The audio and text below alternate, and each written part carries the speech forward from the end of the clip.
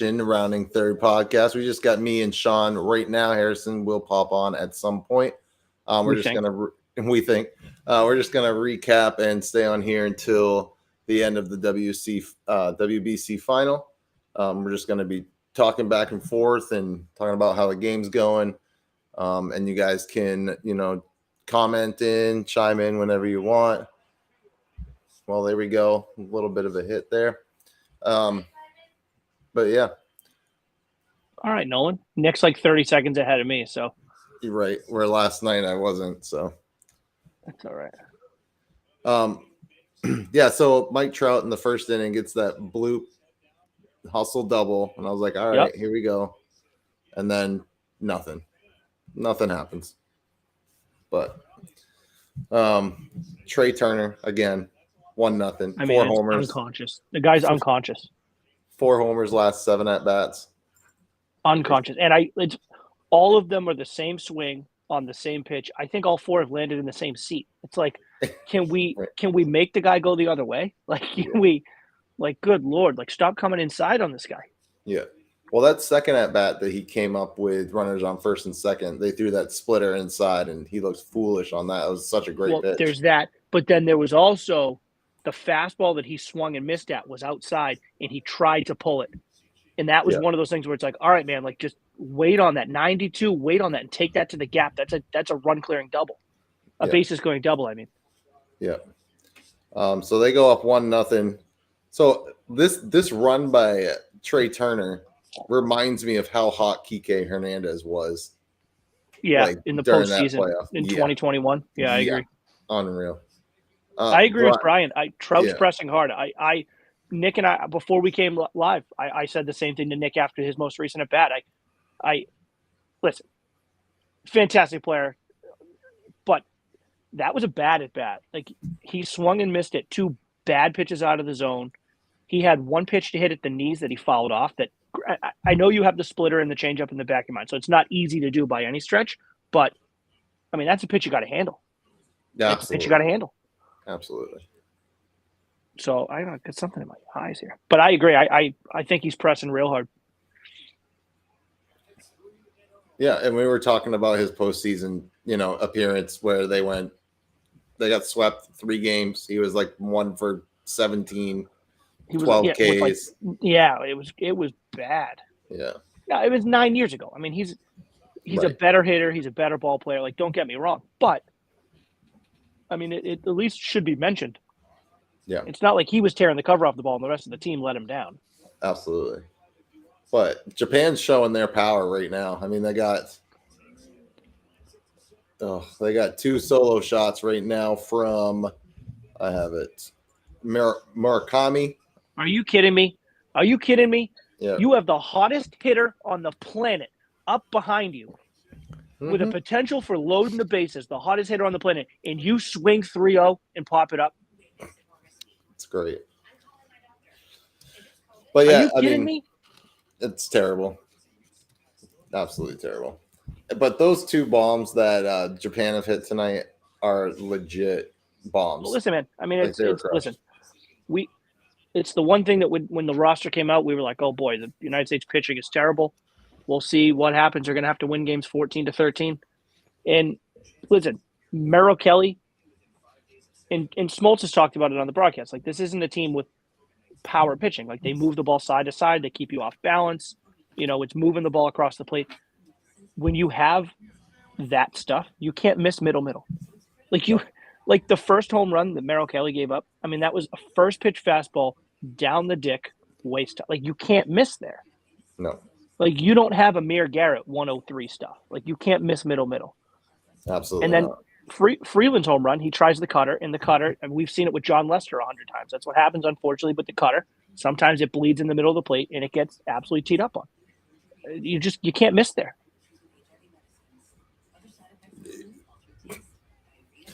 Yeah, the pitching is. I mean, Aaron Loup did a good job coming in and cleaning up that mess and only giving up 1. But yep, sure. But still, I mean, but yeah. Look, there's plenty of time left. The United States is a stacked lineup. We got the rest of this time through, and then the order probably has one more time through. So you probably got 1.5 times through the order. It's a 2-run ball game. The problem is like, while we make our next 2 like, do I have confidence that we'll be able to keep it 3-1? Probably not. Yeah. Probably not. Who do we got left for bullets in the bullpen right now? We got. Well, I mean, the availability of people is unknown because we don't know what limits have been put on by clubs and by GMs. Like, we have no idea which guys can actually come out and throw. Like, I have no idea. I would love to think that it's a Game 7 atmosphere. I would love to think it's all hands on deck, but we know it's not that. Yu Darvish heading to the bullpen. Yeah. Yeah, well, I think they're hoping to get 2 or 3 innings out of 2 or 3 more innings out of Freeland here, and then go to either Presley, Graveman, those guys. Yep, I'm fine with that. But Freeland's got to hold it here. Yeah. Who's the other guy that's got 2 first names? Is it something Allen? What's his first name? Brad Allen, isn't it? I don't know. I had never heard of him before this.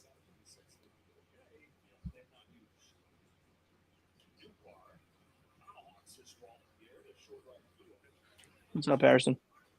What's going on, boys? Nothing much. Be able Jason Adam. So I wasn't close.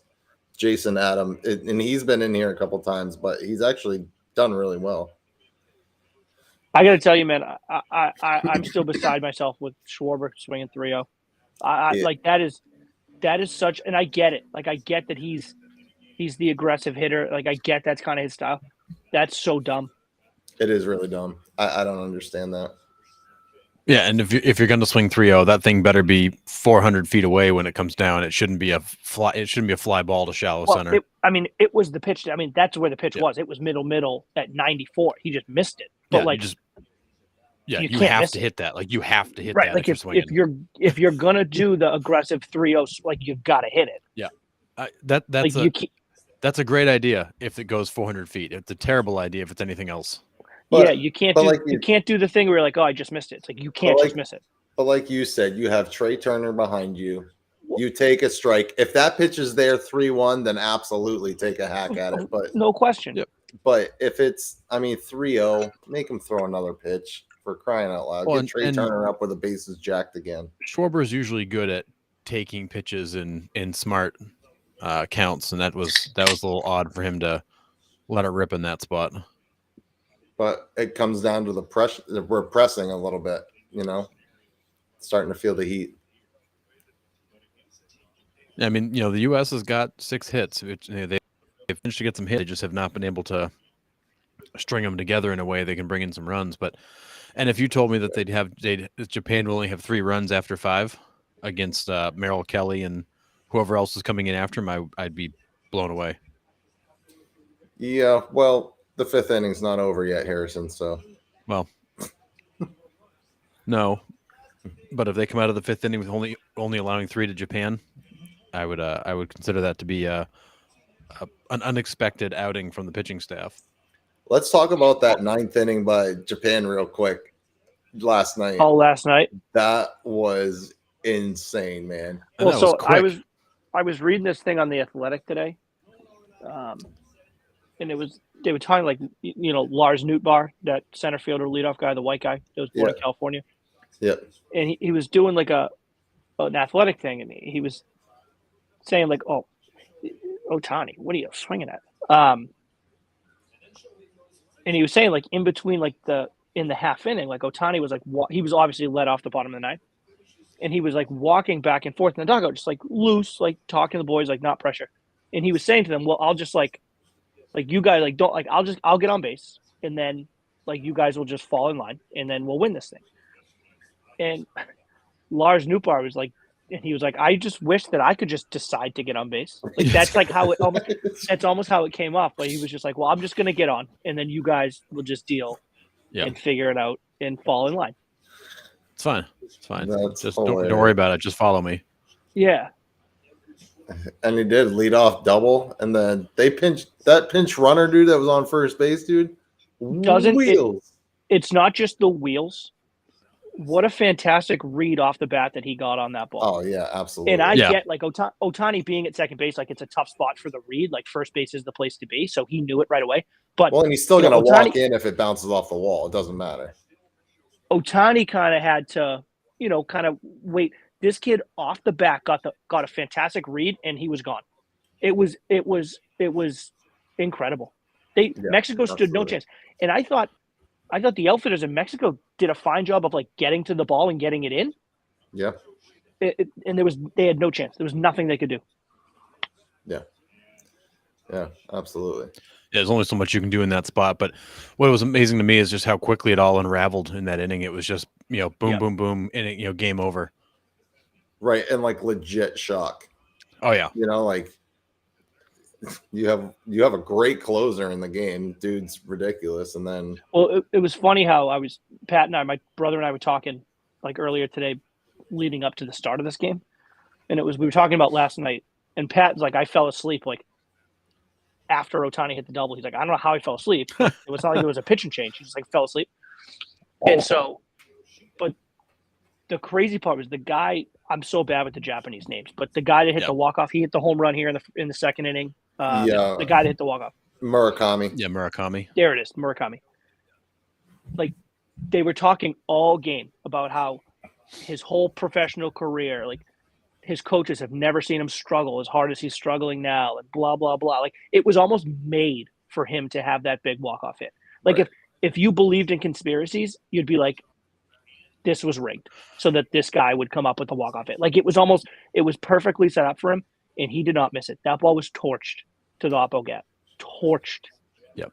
Yeah. Well, did you see the footage from like center field that was showing what looked like Ohtani trying to give him a sign?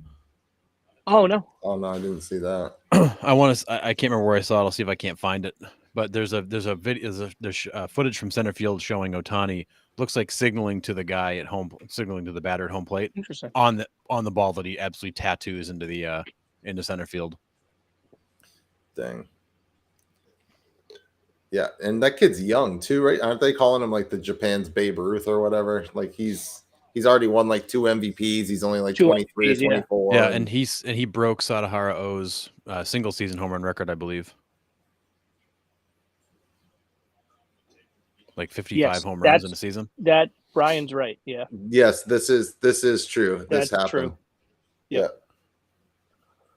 Yep. Yeah, Mexico was not very happy with it at all. Yeah, wait, did I miss that? Yeah, so they switched the scheduling around so USA was on the Venezuela Fox. game. Yeah. Yeah. At 7 on the big boy broadcast, not FS1. Got it. So they switched that all around.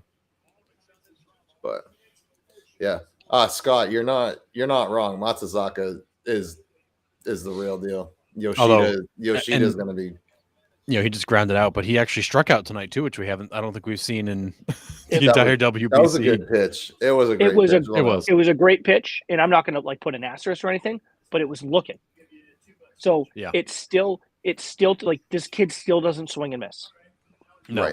Right. That was a disgusting pitch. Yeah. Outside corner painted at the knees. Like it was right, gross. Just crust. Like fine. That's fine. You just have to tip your hat, but right. I don't think I've seen him strike out yet, so that was new.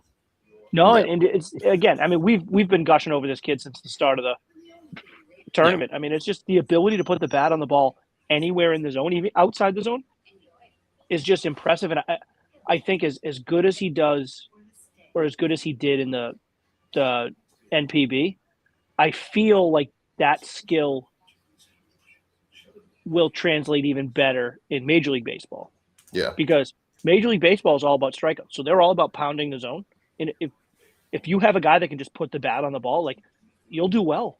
Because like there's gonna be pitches to hit. Like they're not throwing around you. Like they're coming, every pitcher seems to just come at you.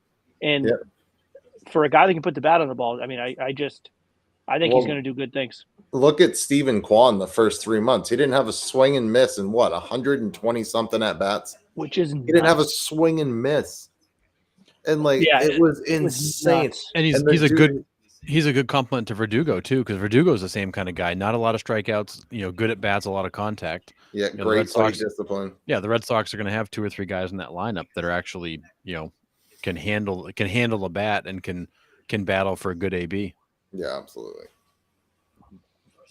I can't wait to see him going. I mean, you looking at his stance though, if he gets, I mean, there's not many like really hard throwing lefties, but you could see where a hard throwing lefty could possibly get in his kitchen, like an Alvarado For sure. for You Philly talk about or something like that. Yoshida, stance, yeah. just the way he's set up at the dish. It looks like you could get in his kitchen a little bit, so that might be a little bit of adjustment. But I mean, I'm not the hitting coach; I don't have to worry about it. So, yeah. But I mean, it's going to be good. I mean, how do you feel? We got Ohtani's heading out to the bullpen. Where do we think he hits in that lineup? Well, Cora's.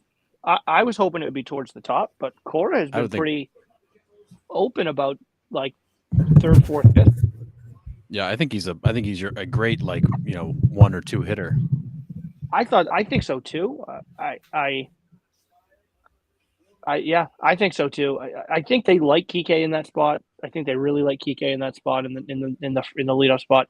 But Cora had made pretty much no gray area about like he expects him to hit middle of the lineup for the Red Sox. So you go Kike, Verdugo. I don't Duvall, necessarily Yoshida. So Yoshida Cassis. to me is if you got to give him protection. Like Yoshida, I would put a guy like Duvall maybe behind Yoshida, maybe Yoshida third, Duvall fourth. To get ready, So there's a bunch of ways they can do it. And that's what makes their manager so unique, because he doesn't convey a lot of the strategies. Is the game legit? I'm putting the game on you. It's a fly ball off the end of the bat. Can you turn the sound off so we can chat over it? For the I mean, first you still hear us. Hang on. Romy Ito. Well, either way, they choose. That's How's that? nuts. That's pretty cool. We won't get canceled for this. I'm sure we will, but whatever. We will definitely get canceled for this.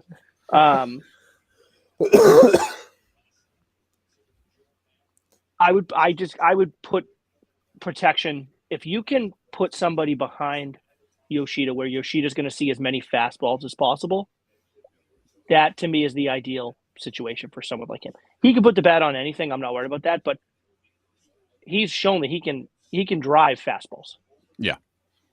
So if you can put him in a position and give him some protection, he's going to see as many fastballs as possible. That's where I'm putting him. Yeah. I mean, who else are you going to protect him with, though? Cassis, maybe? Are you going to bat Cassis and him back to back, lefty lefty? You're probably going to sandwich Duvall in the middle there, right? Go lefty, righty, lefty. Probably. Do you care that much? I'm not. Well, I just do for the late games, and the bullpens have to come in and have a 3-batter minimum. I think a lot of managers do that now. Yeah. I mean, because of the 3-batter minimum, I mean, it doesn't necessarily matter that much, just like because you have to face 3 guys regardless. Right. Yeah, I don't know. But it's a fair point. I mean, I don't know. I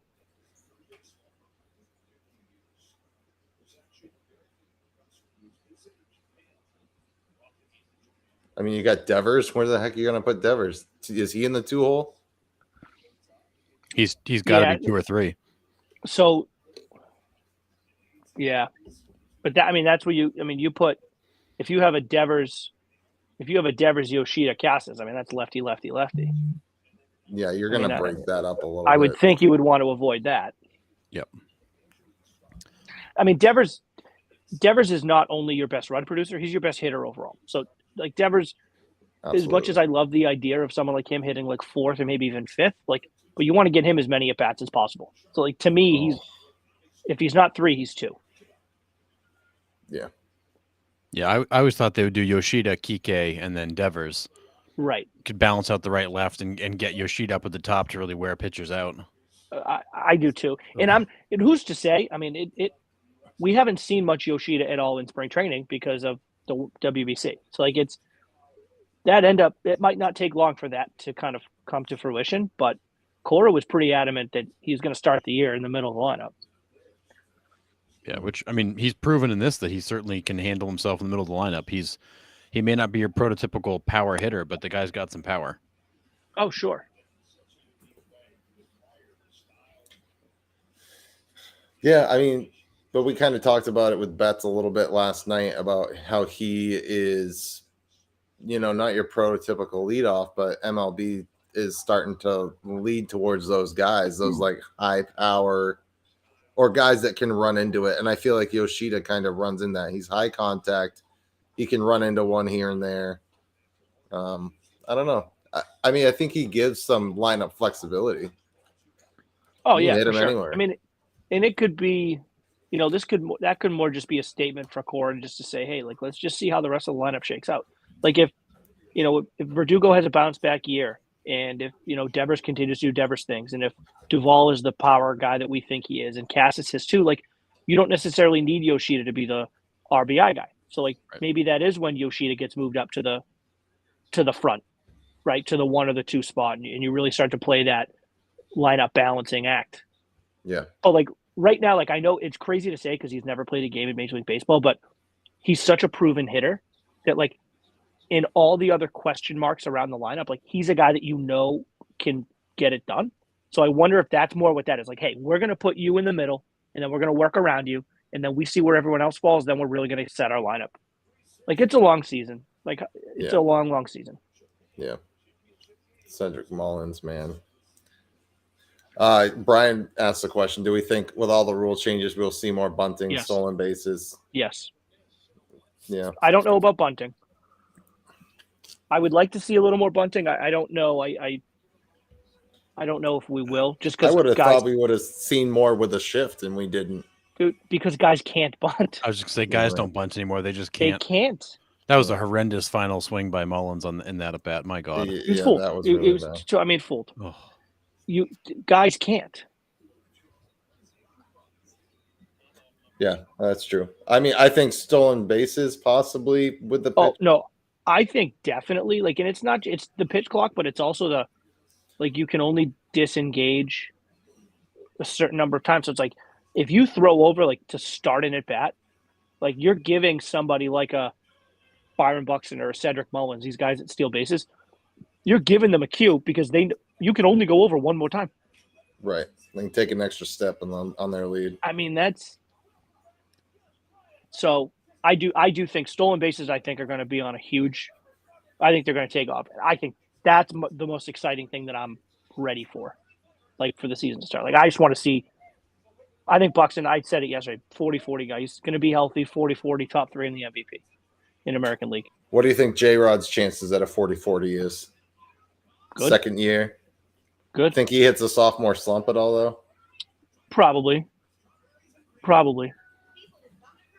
Will we have a 50, 60, or 75? I assume he's talking stolen bases. Absolutely. Oh. I mean, who had the most? Know. Wasn't it it wasn't Harris, was it? Was it Michael Harris? No, that had the it most was bases? Oh God! You talking last year? year? It was Birdie, right, from the Marlins. The guy from the Marlins. Yeah, and he only had like 38 steals. Yeah, he had 37 hits on the season, and he had 38. No, he was in the 40s. I'm pretty sure.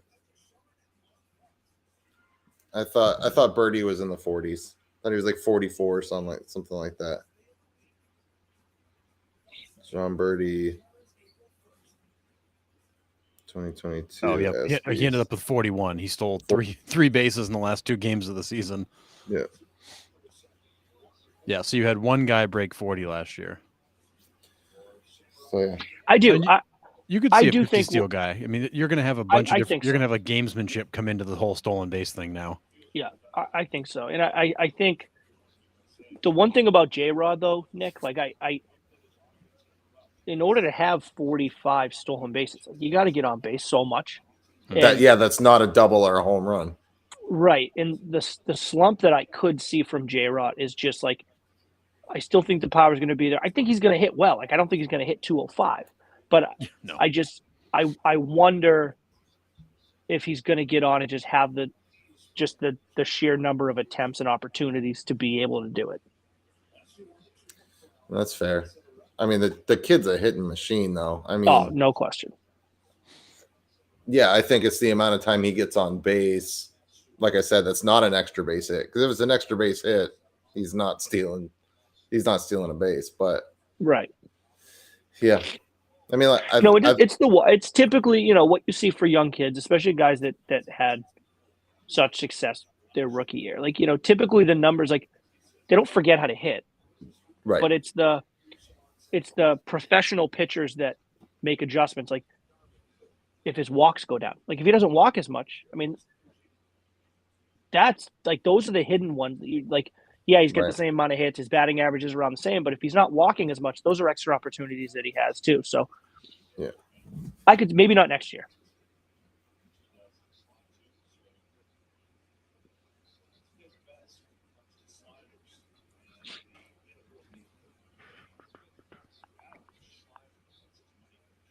So Jason Adam last year, Tampa Bay, 67 games, 2 wins, 3 losses, 8 saves. He had a 1.56 ERA.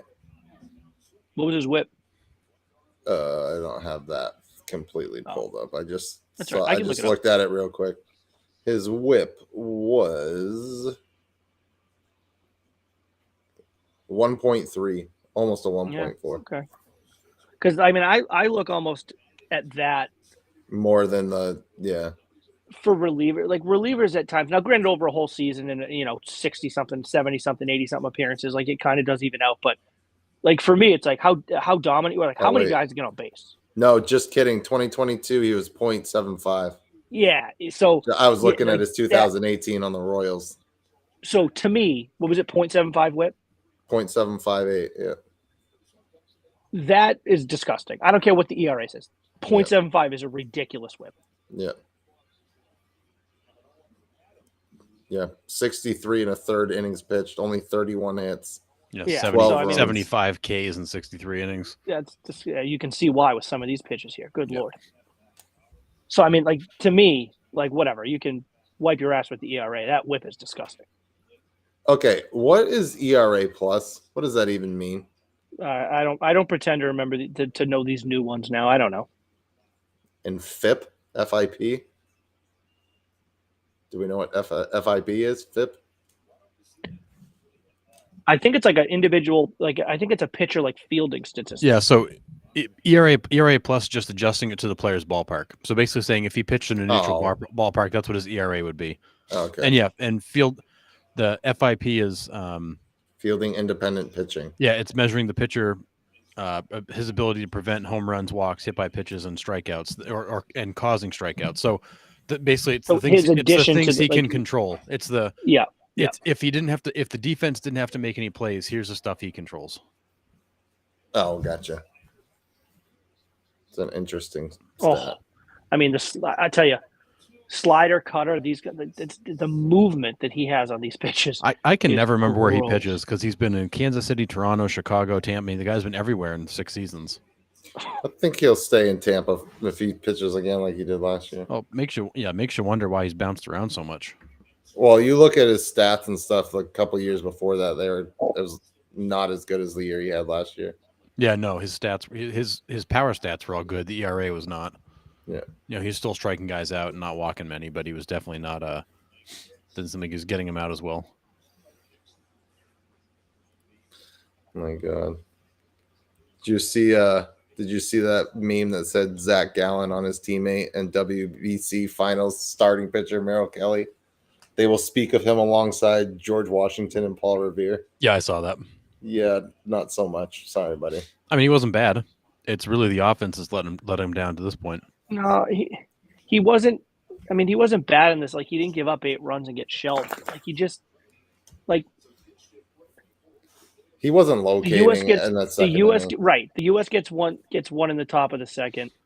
They get a couple guys on. I thought like Mookie ended the inning with the fly out to left. I thought Mookie got a whole lot more of that ball, like off Mookie's bat, and I thought that was touched. Yeah. And then, so we got a little momentum. Everyone's feeling good. He goes out first pitch he throws in the bottom of the second gets sent to the second deck.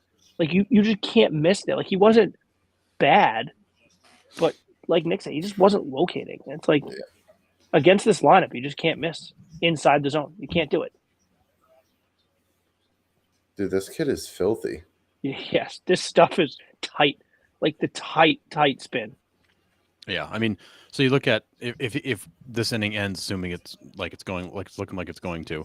If you told me that Japan would have only scored 3 runs in 6 innings, I would have been pumped. No question. But this is what I meant to say, and then we kind of got sidetracked. Like we talked about the U.S. roster when it came out, right? We talked about pitching, how that was biggest question mark, certainly left a lot to be desired and all this. And we said you're going to have to win games 14-13, and that's fine. But if you run into a team, if you play long enough, you will run into a team that has that pitcher that finds a way to slow you down. Yep. Like that's how you beat this team. Just slow them down a little bit because they can't slow you down. And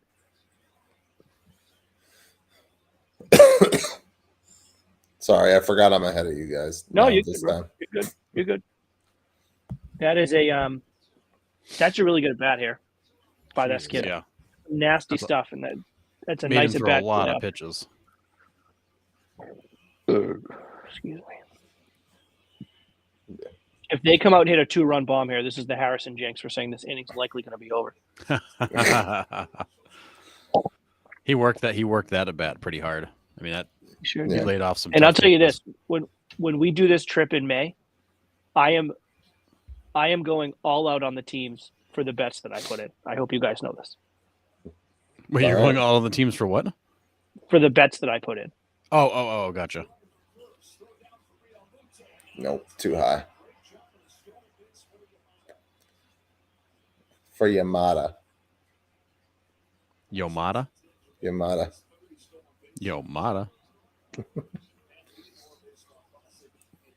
They knew he was stealing and he still stole it. Like, yeah. And this is where, Japan baseball hasn't gone away from the little things, like these guys are still stealing bases. They're still bunting. There's, Well, that's that also the Japanese style of baseball. Like they still play almost a throwback style. They do. There's a lot of running. There's a lot of bunting. There's a lot of that kind of stuff in the Japanese game. Right. But I mean, he stole that pretty comfortably, and they knew he was going. Yeah.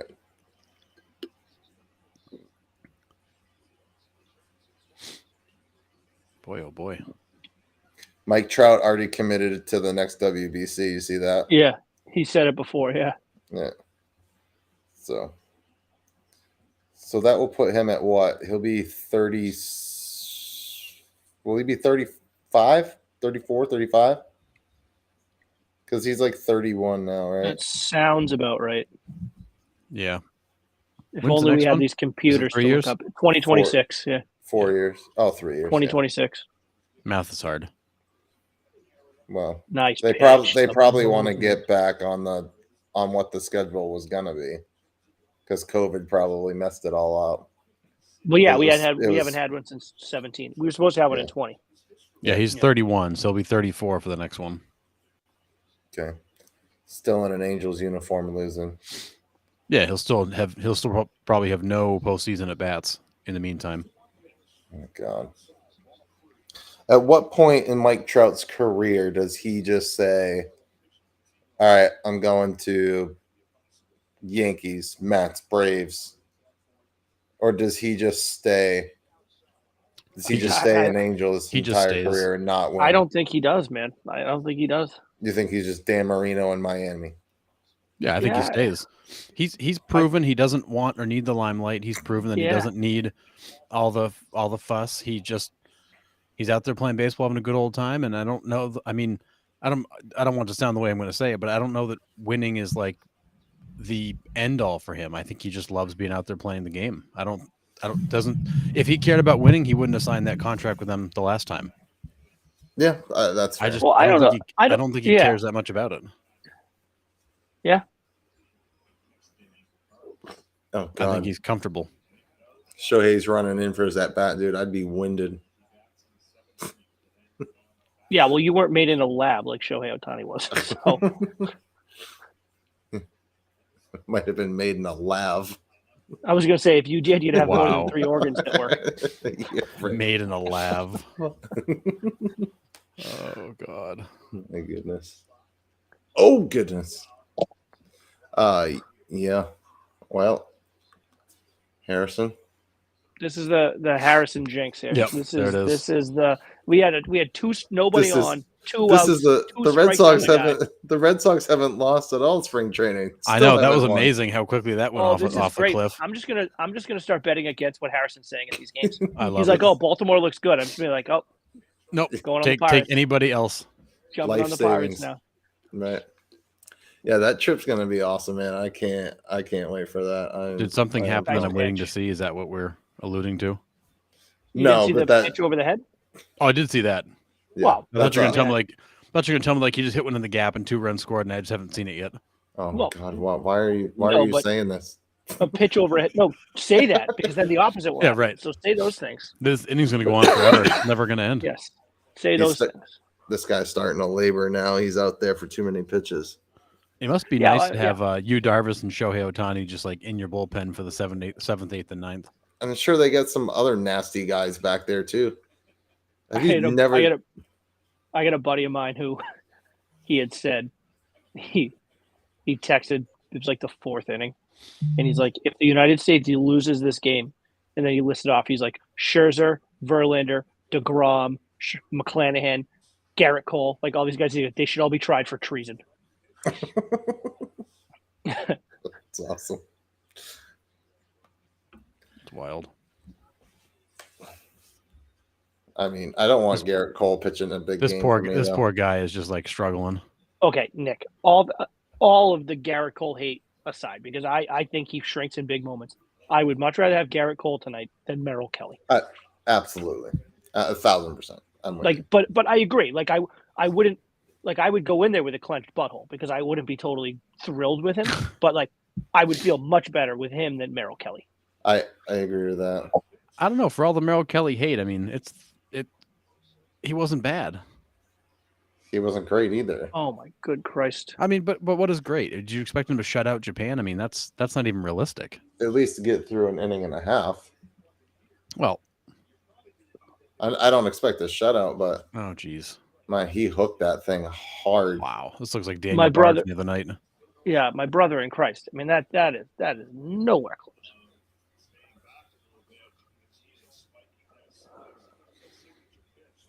And you got Newt Bah. Newt Bah, the P Newt Bah. This is and there's still nobody up in the pen. Like this is what DeRosa does.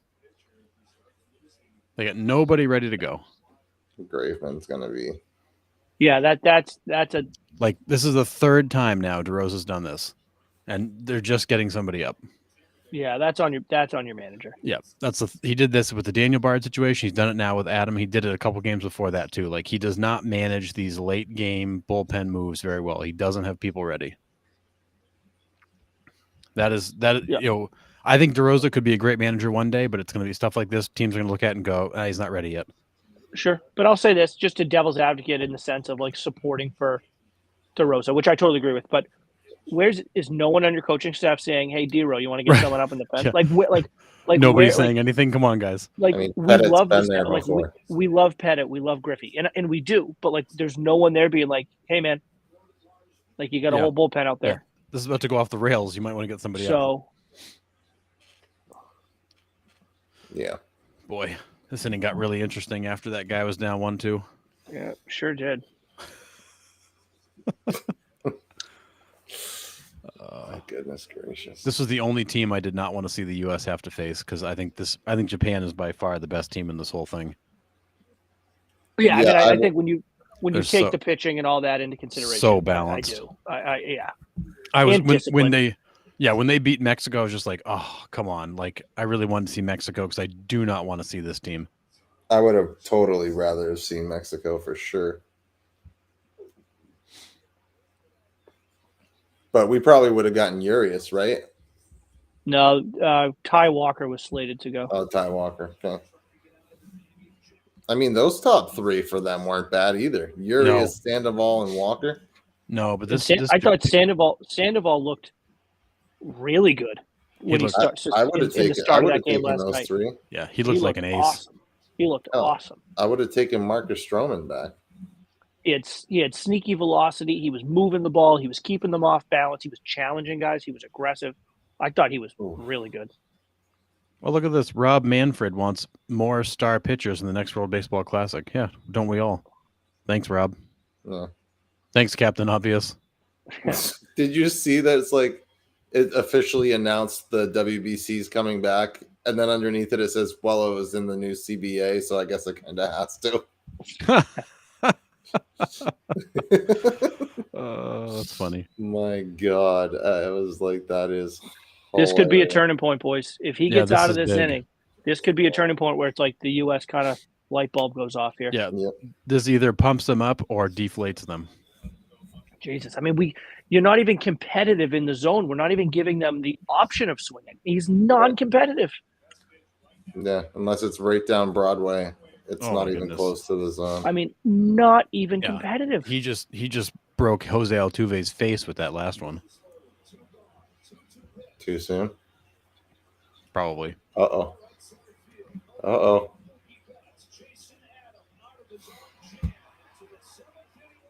Sounds like We got a guy. Mookie We got a Betts just guy. made a catch. We got a guy. Yeah, we got a guy. We got a guy out there. You guys are like a full pitch ahead of me. I don't know why. The other night I was ahead of you guys. Yeah. Well, I'm actually on my projector watching it on the wall, so. Oh, gotcha. So Oh, I'm now of course actually mine's gonna kinda- like yeah. freeze up because this is what Fox does. But Gets all wonky. yeah. What do we got? Is this a 7th? Yeah, going into the 7th. Oh, cool. Fox actually cut out. I didn't get to see the catch at all, but it just took me to the commercials. He caught it. It Just took it did. up. Yeah, Took I'm it up. hoping so. I figured you guys would be freaking out if you didn't catch it. It took you to Heidi. We're gonna cut off this overtime baseball game to get Yeah. you to. Thanks for bringing me to the friggin' Town Fair Tire commercial. Oh, great. I could see Tony Romo and Derek Jeter talk about Subway sandwiches again. Cool. That's friggin' exciting. Yeah. So we had like our first baseball practice of the season because we can't start till the third Monday in the spring, in Oh, March. right. I mean, but we didn't have. So like I'm doing the JV team, and then Mike Walsh is doing one of the science teachers is doing the varsity. He's been doing varsity for like 10 years. Mike Walsh, wasn't that the Unsolved Mysteries guy? I don't know, different Mike Walsh, I guess. I don't know, maybe the same guy. I have no idea. But he had like a meeting. He had a meeting after school yesterday. I had an endo appointment, so like we just decided to like the kids went out and threw, like the players went out and they kind of did like a captain's practice, but we weren't there. So today was like our first one. But it's not really like I'm doing JV, but it's not really JV. It's like middle school. So they're having like a varsity team, and then we're just having kind of like a middle school team. So 6th, 7th, and 8th graders. We had some really good guys. Like some really good kids who. It was John Walsh, America Most Wanted, by the way. John Anyways, Walsh, go. No, it's good. But I'm setting the table for you guys real quick here. So, we got some good players, some good, kids that play like club, kids that play, other kind of things like outside of the town. You can tell they play baseball for years. Then we have some kids out here who I had to stop. We were doing like outfield stuff, and the middle school kids, and I'd stopped the drill that we were doing, and we went back to a basic like cutoff man drill, and cutoff man drill. Now, listen, first practice of the year and all this stuff. Like I am not against like doing fundamental stuff because I think that stuff's important, obviously. Absolutely. But they didn't like the idea that like the cutoff man, like make yourself big, cut off, turn glove side, like all that. Like they didn't know like what glove side meant. I'm like, do you know what that means? Like turn glove side? They're like, no. I'm like, that's crazy. Like, is that not crazy to me? Well, listen, it is crazy, but you think about like go watch like a little league game and go watch But like a middle school game. Like most of these coaches out there, they're there because nobody else wants to be, so they're just like doing the best they can. I guess that was the ultimate kind of problem, I guess, that I was kind of getting to. It's just like it's not even, you can't really blame the kids. Like, No. why should they know that? They have And no I reason said to them. know it because nobody showed it to them. Right. No one made a point to say like this is the way you're supposed to do it. Like, and this is why you're supposed to do it this way. Like, it's not just because like I want you to do it that way. Right. Like, that's the right way to do it because of XYZ. Like, it was just it was. Yeah, like I can remember back to my the first Babe Ruth practices or middle school practices or even like freshman high school practices. Like nobody would have ever thought to catch the cutoff throw and turn to the throwing arm, like turn throwing arm side, come all the way around. Nobody would have even thought to do that. These kids now do that all the time.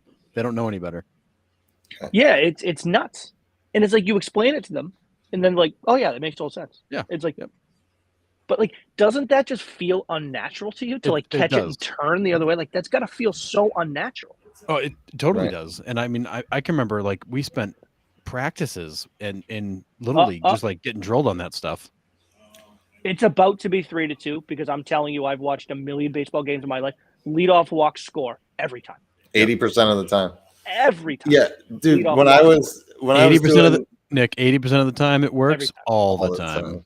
Yeah, man. When I was doing middle school and JV too, they were like, "Well, what if the ball? I have to like cross my body?" And I go, "No, the ball should never move your feet. The ball should never cross your body, man. You can see that ball coming in. You got to move your feet. You're moving your feet. What if I can't get there on time? Then you're lazy. Let it go. Then just let it go. Well, it's like just let it hit you right in the cup. I don't know what to say. Like move your feet and get there. But the idea of moving your feet is the part that they're like, "What? You want me to do what?" Our high school team also did the double cut differently, which was interesting. They always do it? They always use their first baseman for the double cut. Always, like even on the left field side, even on the left field side, huh? Because how would that work? How would they do it? Yeah, because it makes no sense to me. If you see the left fielder's back. Right, the shortstop goes out. The first baseman just runs because he's like 20 feet behind the shortstop. You don't need anybody to cover first because it's an automatic double. Right. So then the second baseman just covers second, and that's that. Yeah. So you're just making the first baseman run across the diamond. You're not making the second baseman trail the runner and then the first baseman slide up to second. Right. So you're just taking out a step. I guess that's just how they did. I mean, I guess it's 6-1. Yeah. I mean, I also think it would. I mean, to me, like personnel would dictate that. Right. Like if I had two middle infielders that I was like very confident in their abilities to, then I want my two middle infielders handling the baseball. But so I mean, I guess personnel would also. If you have Bartolo Colon at first, you probably don't want him trugging out. Or a left-handed first baseman trying to be the cutoff man from a throw from left field is incredibly challenging. So that's another thing that I was going to say personnel-wise. Like a left-handed one is difficult, no question. Because he's gonna receive that throw. He's facing the play, but he's Mike Trout at bat, right? He's got no throw. We got two guys on. We do. Mike Trout coming on. We got a rally started here. Oh shit! I said it. Why? What the hell? Hey, last inning worked out just fine, boys. I do have the button, Harrison. I have the button of power. What? Wait, what button of power, Nick? Yeah, don't forget, I got it too there, pal. Where's my dump button? Did he seriously foul? Oh, that hit Trout. Hey, easy now. God. You're like a pitch ahead of me. Stop. Oh, sorry. It didn't hit him. They called it foul. Sorry. I was at the knob of the bat. Yeah. That sucks. That's the worst foul ball ever. Can we talk about the pillow that the Japanese catcher's wearing as a chest protector? Buddy, Pat and I have been dying. We've been dying laughing at it all day. It looks like he forgot one. He had to go to Costco, and that was like the only one that they had. That's the Kirkland signature pad. Yeah, Kirkland signature. Actually, he took so bad. It's the cushion off the sofa in his hotel room. It legit looks like that, and he just like strapped it. It is a weird looking chest protector. Oh, of course, he hits it right at him. It looked like the right fielder almost fumbled that a little. I know that that was not a really pretty catch.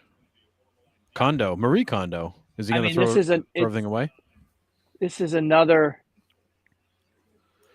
I mean, he starts off the game with the bloop double, but again, he's not kind of getting jammed. He's getting the ball. He's not getting out in front of it. He's not. He hit that home run in the first game, and then he's not been really impressive since. It was a better Well, no, he swing. went It 3 was for 3. I mean, he had a couple He oppo did. doubles and the Cuba game. I mean, everyone was hitting. He was hitting in the Cuba that game, but pitch. everyone was hitting. Watch And this pitch I right here. I recognize that this is likely a. Oh, well, no, I had some movement, Nick. That's what I meant. Like the movement on that was disgusting. I thought you were saying it was like a meatball. No, Bottom kind of fell out of that it one. was- Oh, come on, No. Goldie, you're due.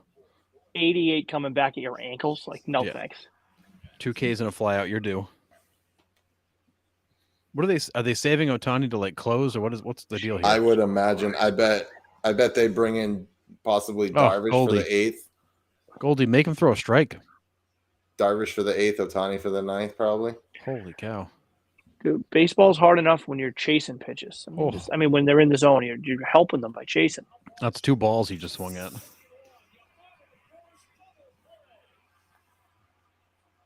Is your double play? Oh, can you hear my God speaker? damn.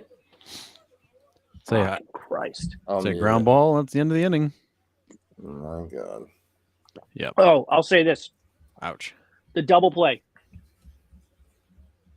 I don't think Tim Anderson is getting nearly enough credit for coming into this tournament and playing flawless defensive second base. He's made That some double great play- plays too. That double play that he turned in, what was it, the 3rd or the 4th inning to get them out of it? It was a high chopper, and his quick, like his whole life he's been a shortstop. His now ability to just get that, flip the hips, and throw a strike to the short so that they could. That is so hard to do. Yeah. And like Yeah. people are just like, oh, ho hum, yeah, Tim Anderson. And it was funny. I keep saying, but I was watching it with my brother downstairs, and Pat was like, the funny thing is like he's not getting any credit for that. But if for some reason he airmailed that into left field, people would be like, I thought he was an all-star. It's true. It's like, do you know how hard that is to do? Well, what's amazing too is that a couple times, like you can see his footwork. His footwork's a little screwed up because he's trying to turn other directions, but he's so athletic he can overcome it. He is so good. And let's talk about when they brought in Mookie Betts at second base, and he just picks that laser. Oh, I beam know. And He just like freaking scrapes nonchalant. that thing up off the dirt. But Just that's the like- thing too. Like we talk about guys being built in labs. Like Marcus Betts was built in a lab. So it's like you can't really. But Yeah, Like, and these guys, Mookie Betts also turned pro as a second baseman. Yeah, no, I He know. moved. Yeah, He moved to center field in Portland because Pedroia was there, and they're like, "Hey, listen, dude, you're not going up to the big club and playing second. That's not where you're going." I think too, the thing that we underestimate, because of course we're just Northeastern boys who aren't used to it. These guys have been baseball rats their whole lives. They played wherever they were, they're playing 12 months a year, every freaking day. You know, we never had that benefit up here in the Northeast of being able to play like that. But some of these guys, they absolutely friggin' lived it, and they've played everything. They've played everywhere. They played 1 million games. Just total baseball rats. Yeah, absolutely. Ooh. So we got 2 innings left. And we got to hold them. Yeah, and this offense is struggling. And you're right. They're probably going to get Darvish and Otani to close it out, which is going to be a lot of fun. Well, I mean, Otani hasn't started throwing, but he goes back after this at bat. There's no way Team Japan won't have their centerpiece player on the mound for the final out. There's no way. Well, it depends. Like if he's on. Well, no, he'd probably still have time to go back and warm up, depending on how long his getting ready thing is. But this guy's also been quietly good, but he's been hidden away in Pittsburgh. But he made the All-Star team last year. Yeah, no, he is good.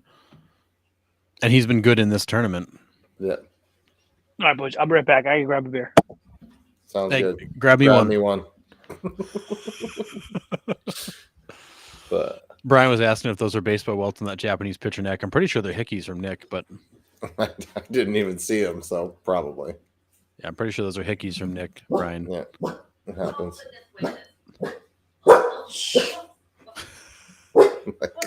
Didn't like that call, apparently.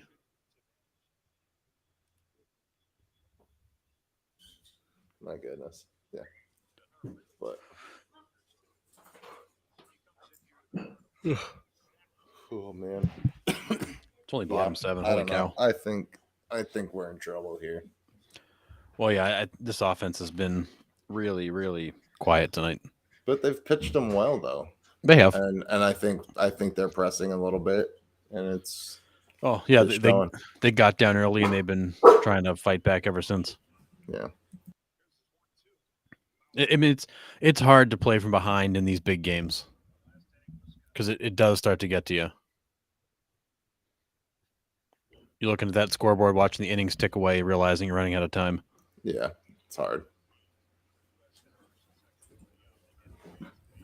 I mean, who knows? I mean, Japan scored in about 3.5 minutes last night, so that was crazy.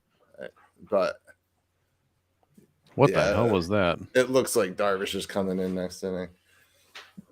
They were saying that Darvish was probably going to start this game, but everyone's already seen him. Like everyone's faced him already, right? Like throughout their career, so they didn't want to start him. Oh, but here's the big fella.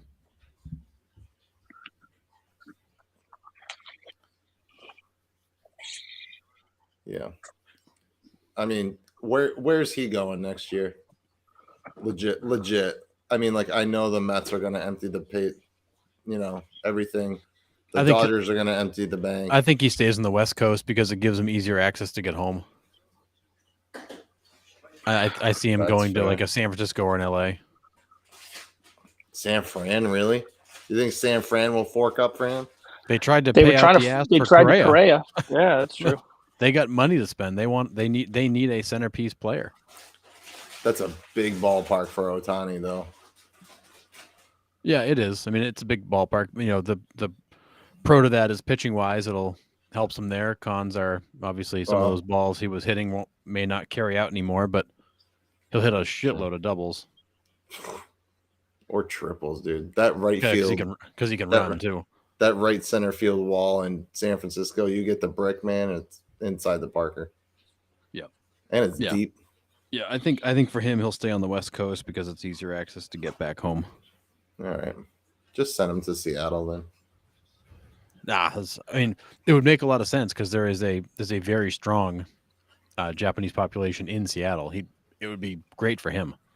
That'd be sick, but I can't see him going up there. I just hate that. I mean, obviously, other than the Red Sox, that these big market teams are going to be the only teams to have a shot at him. Like, yeah, there's like 4 teams that can actually afford him. Yeah, which is Dodgers, Mets, Yankees. Dodgers, Mets, Yankees, the Giants have proven that they've got some money. I mean, the Angels could. Rangers won't anymore. Yeah, the Angels could. I just don't think he'd want to stay there because they are not committed to winning. And that's gonna suck for Trout. He went from having a partner in crime there to back to being a lone wolf. Yeah. Safe. I love the meme that was it Nick Manning had up. Which one was it? Nick Manning had that one with the like the serpent heads. It's yeah. The team with Trout, team with Ohtani, team with both of them. That one's like, boo. Yeah. That was a nice play. Why would you challenge this? He's out. Yeah, no, he's safe. They called him safe, and it's got to be in the back of the glove. No, it doesn't have to be in the back of the glove. Yes. It's just got to pass. I'm pretty sure it's just got to be past. It's got to be the in closure. the weapon. Yeah. I thought he was out from the first look. And that's why Mookie was safe. Yeah, I think he's going to be safe. That's why Mookie was safe. That was a good play by Turner too. See, this is where like I nitpick a lot on first base because I certainly didn't play at the major league level, but that was a position I played, and I recognize that it's a power position, and you want to get bats in the lineup, and so you transition guys to first base, and Goldschmidt is a Gold Glove, a Platinum Glove, like he is a fantastic. Pardon the pun. That stretch has to be better. Yeah, that's pitiful. That stretch has to be what gets you out, what gets the runner out. Like you have to go get that baseball. Yep. Yeah. You mean that's all Goldschmidt? Nice. Yeah. Nice. See that one? Yeah. But that's always been the knock on Goldschmidt is that he is a good defender in terms of like catching and throwing the baseball and all that, but he's not a great first baseman in the sense of like positional awareness.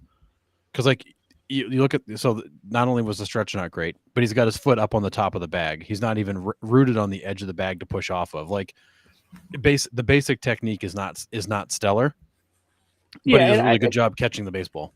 And I'm not going to pretend to like I watch him as much as I can, but I don't watch every Cardinals game, so I'm not going to sit there and try to nitpick all that because like I don't watch enough. I feel like that wouldn't be fair.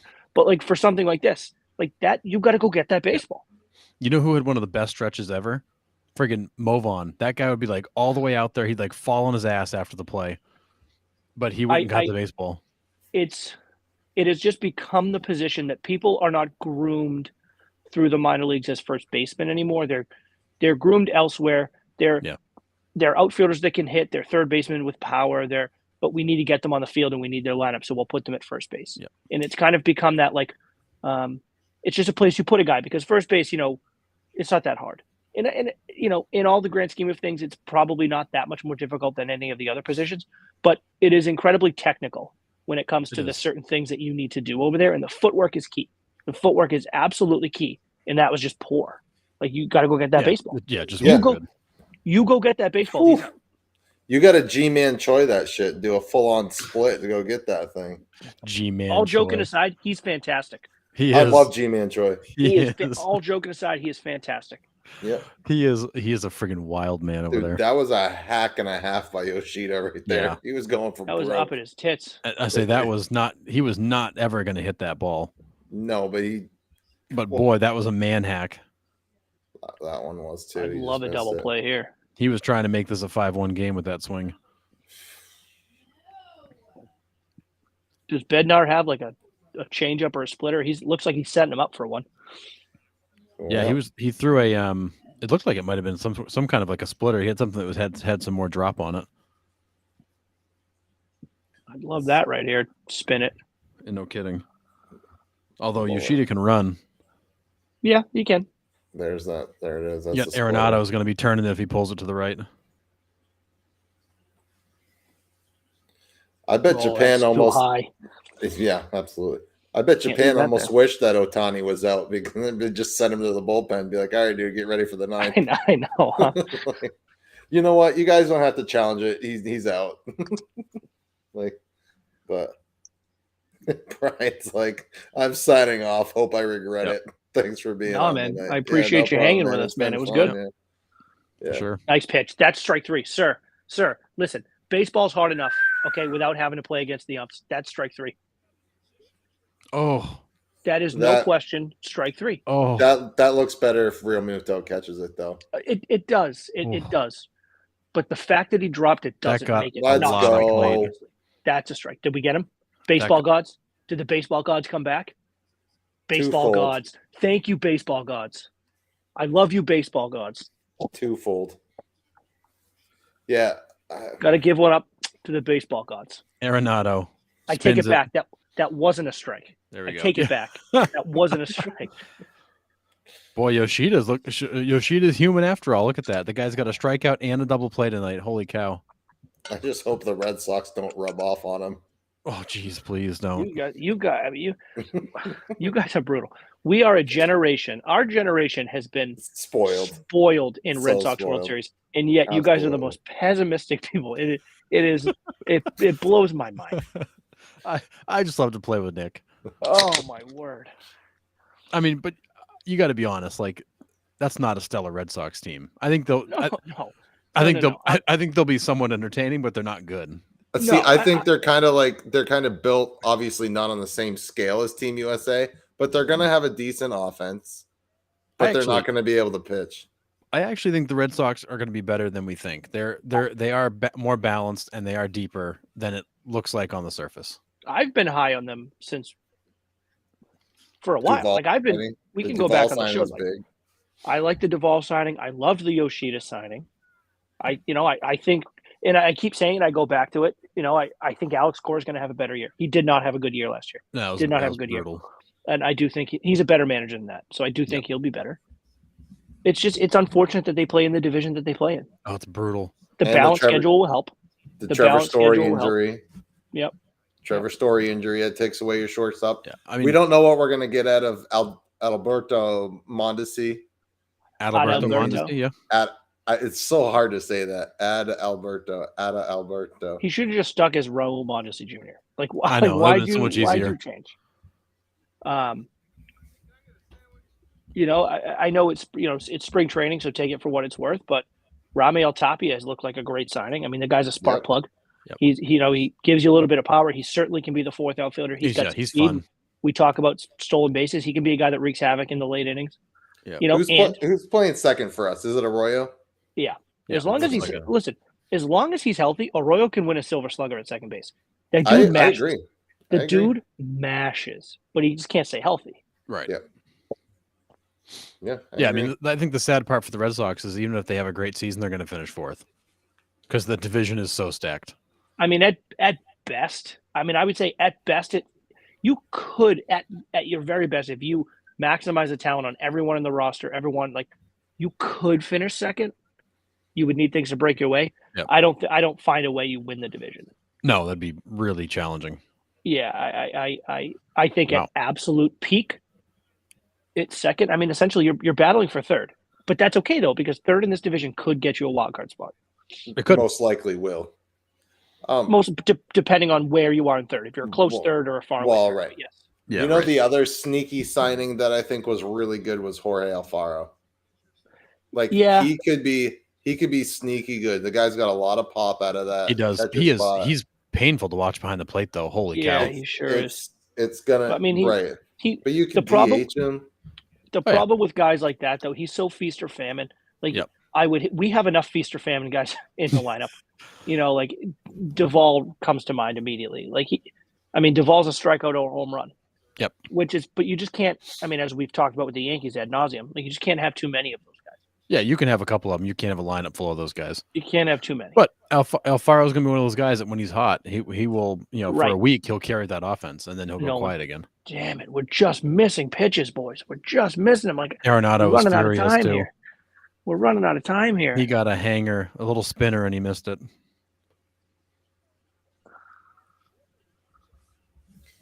All right. At what point do Yu Darvish does so much better against lefties than he does against righties? At what point is Pete Alonso just going to stay on the bench? Yeah. Apparently. So we're going to put him up against a lefty who has not had a good day in Kyle Schwarber. Yeah. Schwarber's not looked real good. Okay. I mean, I know Pete hasn't had a great tournament, but no. But Harrison, still. can you say that? Can you say that Schwarber's had an awful game? Schwarber's had an awful game, guys. It's been awful. I have very little hope for this at bat. It's probably just going to be a strikeout. Oh, keep it up, baby. It hasn't worked out yet. Every time I've said something, it's ended up working out. But I have low expectations for Schwarber in this at bat.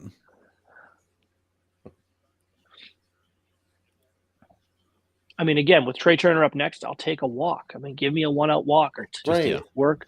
The hottest guy in the tournament, get him to the plate with a guy on base. With guy on base. I mean, I know I said it earlier, but that Kike Hernandez stretch, this reminded me of that.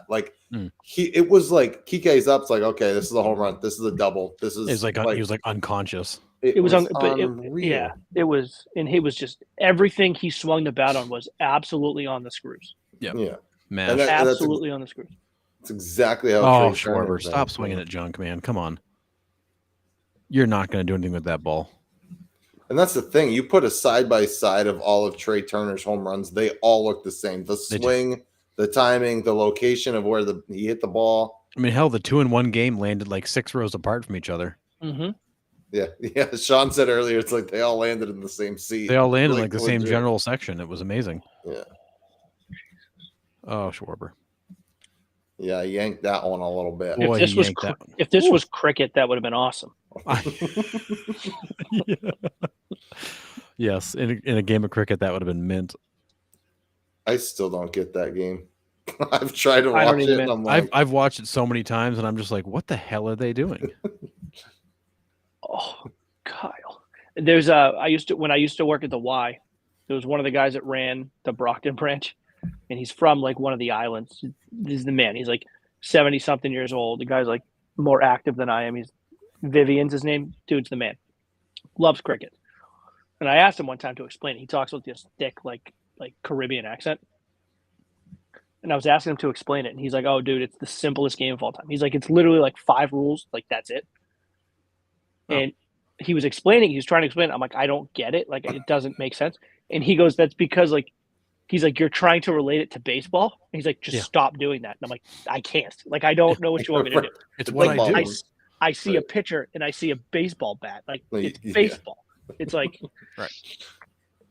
Yeah, they look too similar to not be compared. And like cricket matches can like last for days, right? Like right. There's certain ones that can. They go forever. Oh my God. That's but like when I'm. But like people will fill the stadium and watch it, but they won't come watch a baseball game. Yeah, right. Wait, I'd love to see a pitch clock on that. I don't hate this at bat from Schwarber. Oh, man, he's hit stuff hard too. Trying. But this is what Schwarber will do now. Schwarber's now in swing mode. So no matter where this next ball goes, he's swinging. Like he's now in swing mode. So if Darvish spikes a pitch, he's swinging at it. Yep. I mean, the only nice thing is he's seen 8 pitches and he's hit 3 or 4 balls hard foul. Like he's hit them hard. So at least he's making some good contact on the guy. All right. Hey, holy cow. Swing mode. Darvish can be so nasty though. His curveballs at like 5 different speeds. His fastballs at 5 different speeds. Different arm angles. I mean, the guy's all over the place. And then in the back of your mind, you always have to worry about that devastating splitter. Every pitch, you have to watch out for it. Yeah, that's the pitch that'll get Schwarber here. Is that all of a sudden something's going to just have the bottom fall out? Oh, he goes deep, doesn't he? Oh, I love you, Kyle Schwarber. I'm so glad. I told him not to hit. I told him not to heat pit. Holy shit! Up in the Harrison, upper Harrison deck, said man. it. Harrison, I need you to shit talk Trey Turner now. I totally will. Shit talk him. I'm on it. But like that was the kind of at bat where you end up either a K or you end up having a really, really good at bat. But so here, huge. I mean, we're just in nitpicky mode. So it's like, what is you Darvish thinking? How are you throwing that pitch in the zone? You have a ball to work with. It's 2-2. It's not 3-2. He never threw him the split. He never threw them a splitter. You have a ball to work with. How do you throw a fastball? I reckon, like, I know why he thought he was gonna sneak one by him, but like, I've got really low expectations for turning this bat. I don't have a lot of hope here. Love hearing that. Absolutely love. No hope. None. His hot streak has ended. At this point, like, it was a splitter. It was a hanging splitter. Was it a splitter? Yeah, it didn't move like a splitter. Absolutely. Oh yeah, no, it literally just came in like a fastball. It didn't move. Oh yeah, it just didn't move like one because it didn't move at all. That's the problem. It didn't go anywhere really. So I'll take it back. He tried to give it to him. He did. It just didn't throw a good one. That was. Bomb. It's to the point where like you can't. These hitters are so good now that you can't sneak a fastball by these guys anymore. Their hands are so quick. They're seeing 102 consistently. Like, so if you try to like sneak a 95 by them, it looks like a beach ball coming in half the time. Yeah, you can't. That was a bomb. Yeah, that ball was crushed. I wish I could touch baseballs like that. Let's go. Cool. Get down.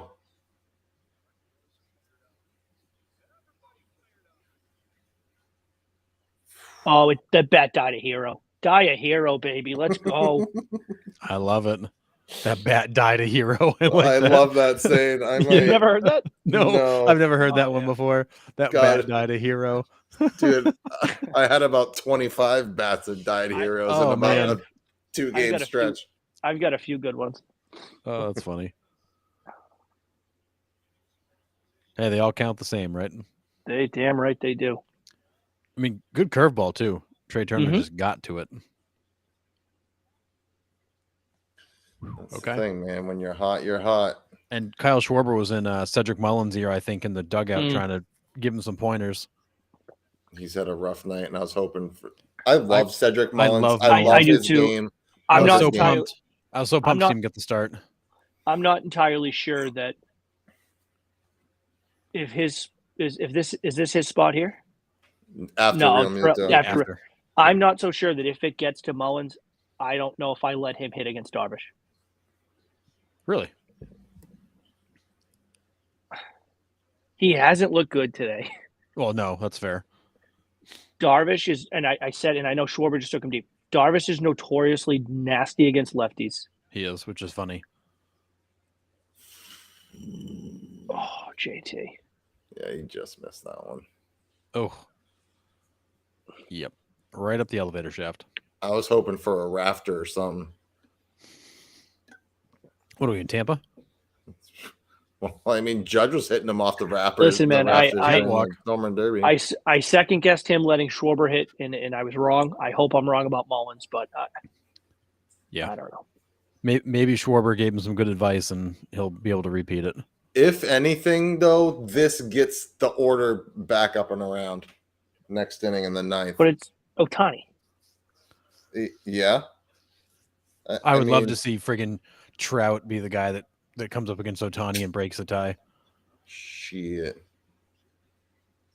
Have him hit like a 2-run bomb in the ninth to take the lead. Jesus, we're just. Ooh.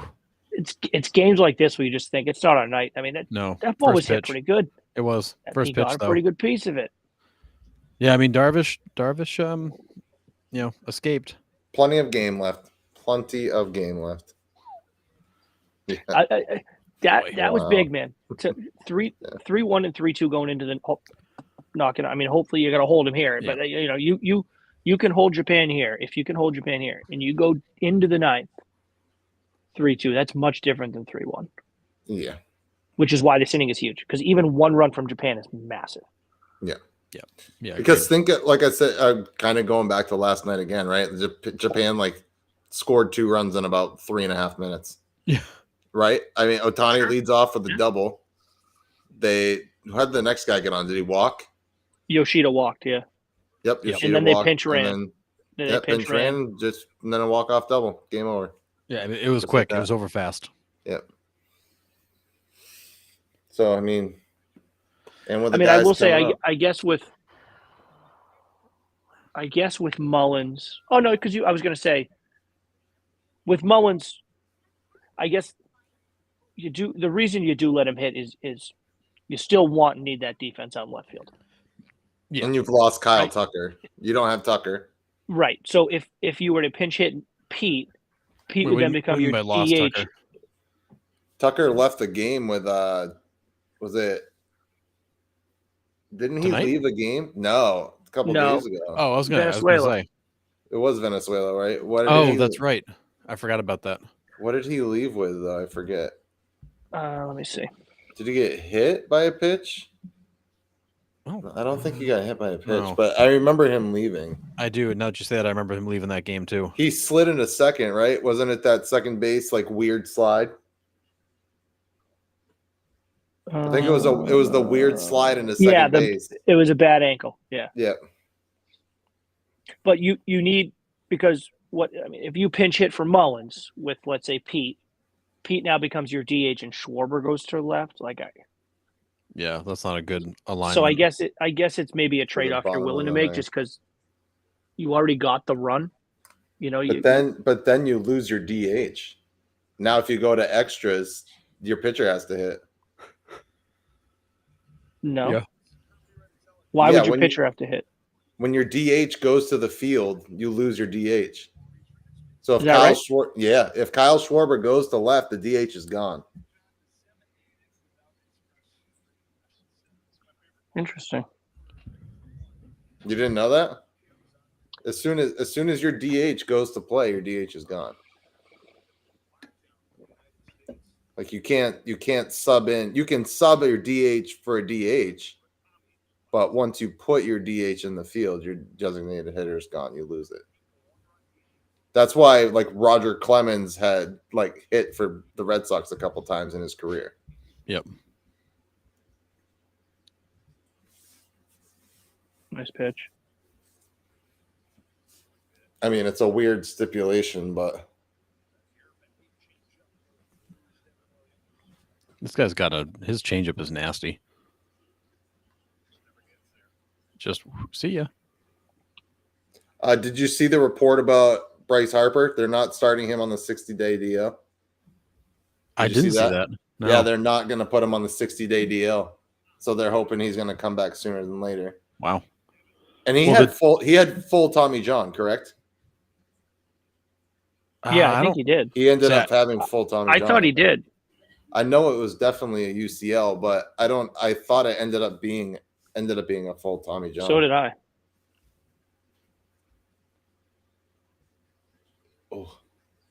Oh, I forgot we had Devin Williams in the bullpen too. Yeah, he's nasty. He's still with the Brewers, right? Yes. Mm-hmm. Did you guys like that text I sent earlier? I was like, why can't the Red Sox just sign the entire Japanese team? Yeah. I was like, bring us all the posting fees. Like, I'd take Team Japan in Boston, dude. Come on. They've got some incredibly talented guys on this team. They really do. And all those pitchers too. I'd take those guys. It still wouldn't please Red Sox fans, and it still wouldn't please the radio host. That is paint. That's gross. Yeah. 92 crusted the knees. All right. I guess. Holy cow, that was Sure. Greg. Let's just do that play again. Let's run that play again. Yeah. Right. Can you run that 2 more times? Because there's no way he's going to hit that pitch. It's just crazy. Did you guys hear that? It was one of the U.S. games earlier. I think it was the Colombia game, maybe the last game of group play. Well, actually, maybe you know what it was. I think it was the Dominican Republic Puerto Rico game. And Yonder Alonso was doing the game as like the color guy. Alonso. I can't remember the situation, but like it was like maybe 2 on, 1 out, or 2 on, no outs, or something like that. And the pitcher was struggling, like he was, And Yonder Alonso made some kind of comment. He was like, "Oh, like, to play here would be the strikeout." It's like, "Oh, let's just run the strikeout play. Like, no problem. just run that play." Like, Right. It was like just let's put that sign into the game. Let's run the strikeout play. We'll just do the strikeout play. It was such a weird comment. I think they'd want the strikeout play on every play. Oh my God! Did he tip that? He didn't tip that, did he? Then tag him. That pitch was gross. That changeup is filthy. So it's nasty. The thing just disappears. Disappears, and it's got that like 10-4 movement. Kind of like Pedro's changeup used to it. It has that fade to it. That gyro ball. Oh my God! Yeah, which is basically just a changeup. Crazy. Boy, if you told me Team Japan had scored 3 runs, why would you say it? Why would you say that right now with 2 outs in the 8th? I would have told you that Team USA was winning this game. I don't understand why you do these things. It's proven all game long that why would you say that? The only time it worked was with Schwarber. Every other time it hasn't worked. Categorically not true. You did it almost in the same scenario a couple innings ago, and they loaded the bases. But they got out of it. Yeah. Oh yeah, so let's test that theory again. Yeah, still got my heart rate up enough. We're living dangerously here, Sean. We sure are. It's fun that way. I will say this though. We talk about conspiracies and how sports are rigged and all this. Oh yeah. I mean, tell me it's not a storybook ending for Team USA to be going into the 9th down 1 with Ohtani on the mound and Mike Trout due up second. Yep. I mean, it's sports. Man. If you were going to write the movie, that's how you would write it. Right. Yep. The only thing you do differently is to be the bottom of the 9th so that Trout could hit a walk-off. Correct. Right. Correct. Otherwise, you got it all there. No, Trout ties it up, and Ohtani hits a walk-off. Ugh. He's not due up in the 9th. Oh, somehow he'll be up in the 9th for the Tigers.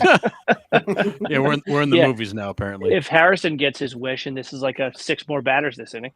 Yeah, it's fun. I'm just trying to help. I'm just trying to grant Nick's wish. This is like the Make-A-Wish Foundation over here. Easy.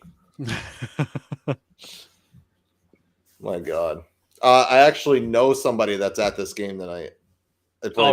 We played baseball with him in Maine. Yeah, Rudy. He's like, yeah, I'm actually going to the game. And I was like, jealousy meter is off the chain. Yeah, that's cool. Thanks for telling me, jerk. Yeah. Thanks for telling me and not inviting me. I mean, it's only a 15-hour drive for me. I thought about it, but I didn't have 15 grand sitting in my back pocket to sit up in the upper deck. These Is that what guys, the tickets cost? I have no idea. I was going to but say, please tell me they didn't. There's telling no you, man, way, but these Japanese hitters are so incredibly disciplined. yeah, It is frustratingly impressive to watch. It's like, just chase one. Like, for me, just like get fooled and chase something, please. Yeah, just once, please. Like, yeah, they do not swing and miss a lot. oh, fucking Harrison.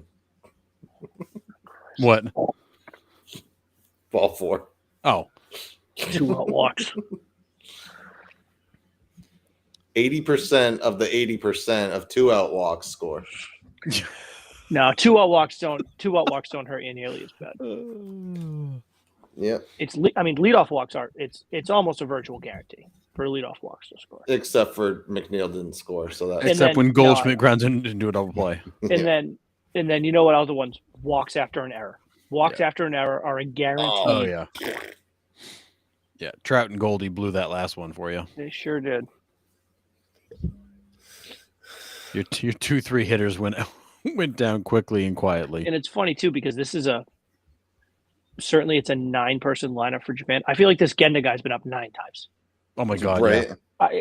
The fact that this is only his 4th at bat makes no sense. I feel like I've seen him at the plate 8 times. All right, so we have McNeil, Betts, and Trout.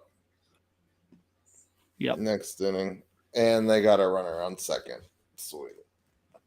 That's a nice throw by JT. I mean, what are you going to do? That's a nice throw. That was a hell of a pick too on a bad pitch. Yeah. He couldn't have stolen on a better pitch. Oh, he just got in there too. That's a great throw. Yeah. Was that foot up off? I don't think so. No, it wasn't. I mean, it was up, but the tag didn't come in yet. Oh, Ooh, that was close. what a throw, man. That should not have been that close. Talk about one of the greatest tags in World Baseball Classic history. The Javi Baez one? Yeah, Yachty. And he's tagging him, and he's pointing to him. Yeah, before he even catches the ball, he's pointing to him to congratulate. He hasn't even tagged him yet. Yeah. That's just one of the swaggiest plays of all time. I don't understand why Trey Turner catches that ball so far in front of the bag and reaches so far back for it.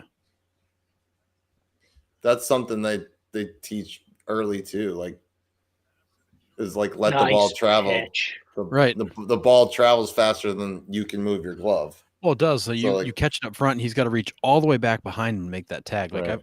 Why is he not right on the front edge of that bag? Especially now with the 20x20 tarps that they're putting out there for bases. Yeah, the pizza box. Yeah. Come on, Debbie, baby. Wow. I need a big pitch here. It's a great block.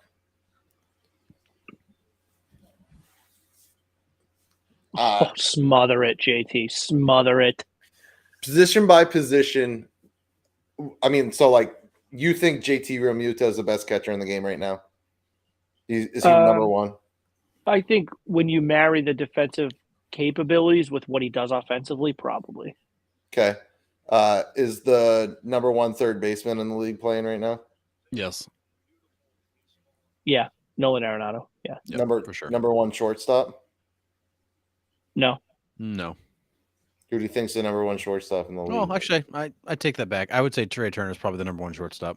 Well, are you talking in the whole league or American? He's the best American shortstop. Well, in all of MLB.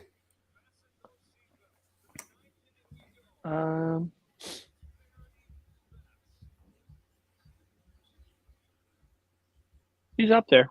But it's 1 or 2. I mean, I love Correa. But yeah, outside of Correa, probably Trey Turner. Probably not second base, obviously, since we have a shortstop playing second. But who would be the number 1 USA second baseman, pure second baseman? Is it McNeil?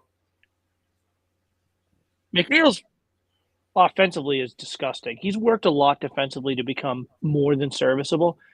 He's not winning a Gold Glove anytime soon, though, I don't think. Trying to think of who else could fit like the USA second base. Yeah, I mean, hole. I feel like McNeil is going to be your best American second baseman. Yeah. Paul Goldschmidt, your number one first baseman in the league. Yeah, probably. I mean, him and Pete. I mean, you got both of them. Yeah, on and the you got roster. both. Obviously, Mike Trout in center is number one. Is Mookie the best right fielder? I mean, so are we sticking to there for Team USA? Yeah. Yes. Well, I mean, like in the MLB, is Mookie? Do we have the best right fielder?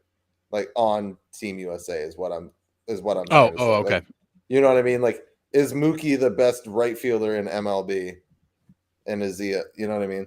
That's what I'm just going kind of position by position to see where they would rank in the MLB. Where do we think Mookie is in right fielder? Top three?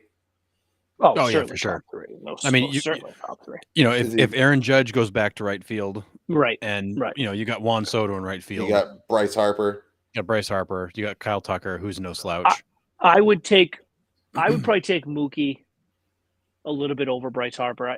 I think Bryce Harper does fine defensively. I don't know what the metrics are, but I think Mookie is so incredibly gifted and underrated defensively. Like we talk about the JD Drews, and like Mookie makes a lot of these things look so easy. Yeah, like just camping under balls that he shouldn't be camped under. Or the like balls in the corner he picks up and just hoses the guy out at third. Yeah, like those kinds of things. I think I would take. He's no slouch offensively either, but I mean he's not the electricity factory that Bryce Harper is. But I would take Mookie over him, but I certainly wouldn't begrudge anyone that says they would rather Bryce Harper. Yeah, agreed.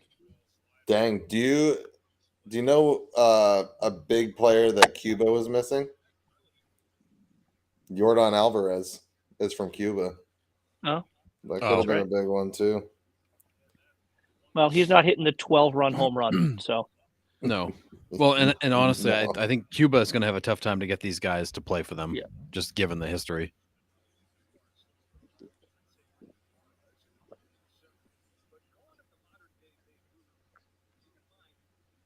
It could literally be Ohtani against Trout for the last out of the work. It absolutely could be. There's a legitimate chance that it's going to be. You know, unless these first two guys get on base, that's how it's going to go. I love Ohtani. Like I listen. Like I know that I know on the podcast. Like I like harp on him, but I do too. Like the kid's really talented, and it's like, not even. It's outside of that.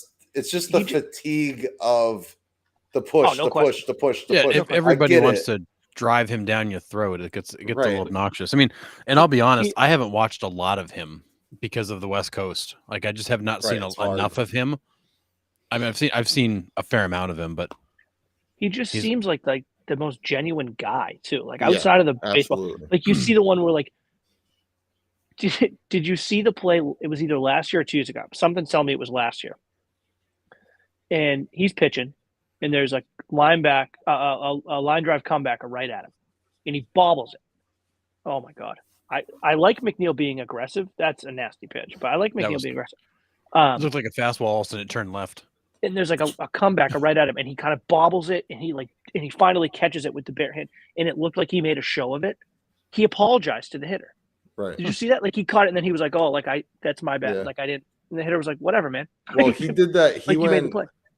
I saw a clip today. He went up and into Mark Canha a couple of years ago when he was in Oakland. Oh yeah. And Mark Canha took complete offense to it, and Ohtani's out there on the mound being like, dude, I didn't mean anything about it, and then just made him look foolish on the next pitch, and was like, "Thank you." Well, it helps that he can do that too. Like he can apologize and then smoke the guy the next pitch. Yeah, right. He's all humble and then he destroys him. I mean, it was just like I said last night with that whole like Czech Republic like asking for the jersey. Like the dude, you struck like that'd be like me throwing an 80-mile-an-hour fastball, striking out Shohei Ohtani, the biggest star in the world, and he's like, "Yeah, can I have your autograph?" Like, yeah, could you freaking imagine? I'm sorry, what? Yeah, like, yeah. Oh, and then the rest of the team can sign it too. Like, yeah, I love that he's such a genuine guy too.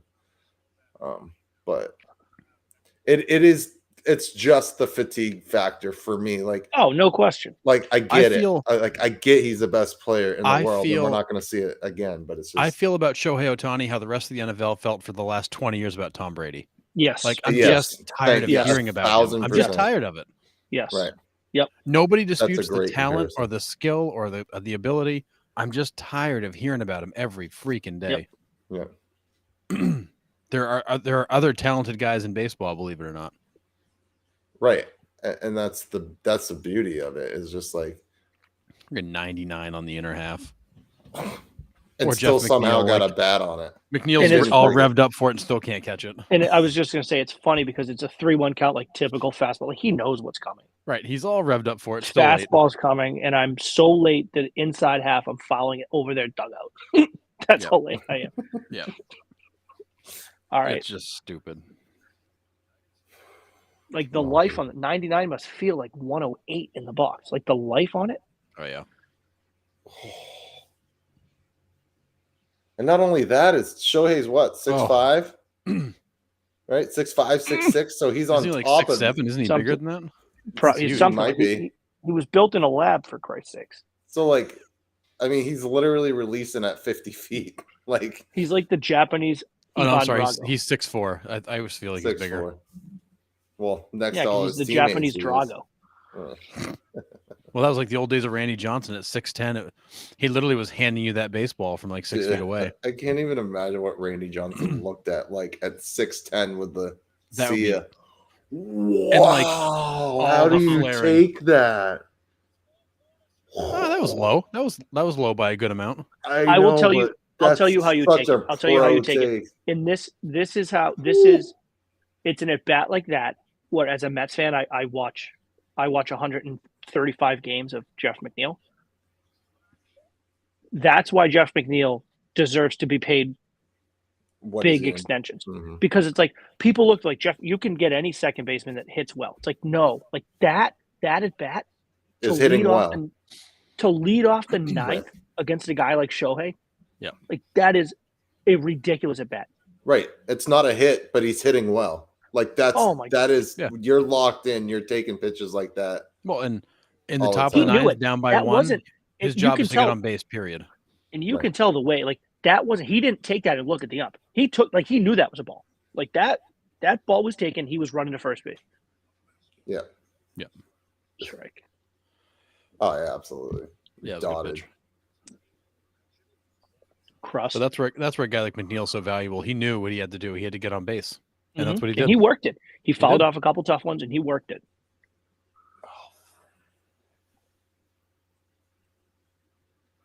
Oh, shit. Oh, my God, Marcus. Mookie. All right, well, here we go. Mike Trout. Here's our matchup. This is what we wanted. Trouty versus Shohei. So this is statistically improbable.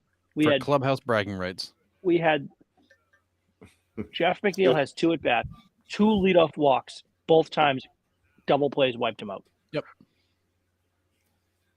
I love the Trout nods his head over at Shohei. It's like, let's go.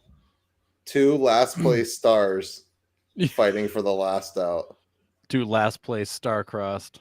I mean, this is the kind of pitcher Trout likes. He likes the guys that bring the high velo. Great take. Yeah, it was a great take. That was a nasty slider. That thing was like thigh high, and then all of a sudden it wasn't anymore. So if you're Trout, like you had to think like Trout's probably going, I'm taking the first pitch, because if he's up there with an aggressive mindset, how do you not swing at that? That was disgusting. Does he just miss it? This is such a challenge pitch. A hundo down the chute, and that is Shohei whipping it out and being like, "Dude, hit it! This is what I got." That was Shohei putting it on the table and being like, "Let's measure him up." That's his heat zone too. I mean, down at the knees, down the middle. That was a hundo down the chute in the lower third. Dude, he is challenging Mike Trout right now. Ooh, he ain't afraid Nice of Trout. take. Another great take. Good Yep. Christ. Whew. Yeah, Shohei is throwing with everything he's got right now. He's got that the full body twist going, and you got to think whew. collectively, the tightest assholes in the world right now are the Los Angeles Angels front office people being like, just don't tear anything in this elbow. Dude. Oh, right down the chute. Another one. Like he piped it. I mean, Mike Trout just went like, oh shit. Like, this is like, yep. Yeah, that was piped. I mean, you can't give another foul. You can't give him 3 chances at it. Oh, no. Oh, yeah. Shohei's going right at him, dude. You piped no 2 fastballs, and he's going for outside corner with 100. 102. I knew straight challenge. He just missed the spot. Yeah, threw it to the backstop. But I mean, that whole two balls middle at 100. And I know this is something that we can't blame Manfred for, but like, this would be so baseball. This is the matchup everyone wants to see, and it's a fucking walk. That would be like the ultimate. If it was somehow Manfred's fault, we could maybe, but it's not. But like, that's just so baseball. Oh, nice pitch. That's it. That's sick. A great pitch. I mean, you knew he wasn't going to give him a fastball. He wasn't going to give him a fastball. That's a dirty frisbee right there. That was gross. Well, at least it was a good game. It was. I was really afraid Japan was going to beat the pants off of them.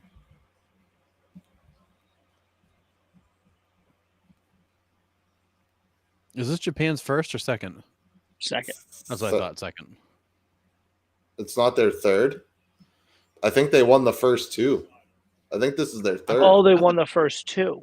I think they won the first 2. Then it was DR and then US. I could be wrong. Let's see. Past winners. 2006 winner was Japan. Runner-up Cuba. 2009 winner was Japan. Runner-up South Korea. 2013 winner was the DR. Runner-up Puerto Rico. Hold on. South Korea made it to the finals. Yeah, 2009. They were the runner-up. Then we have to asterisk that win in 2009. Asterisk. Yeah. If the second best team in that tournament was South Korea, it's not a real tournament. Yeah. Yeah, in 2013 it was the DR that won. Puerto Rico runner-up. 17 was the US. Puerto Rico runner-up. And this year it's going to be Japan with US being the runner-up.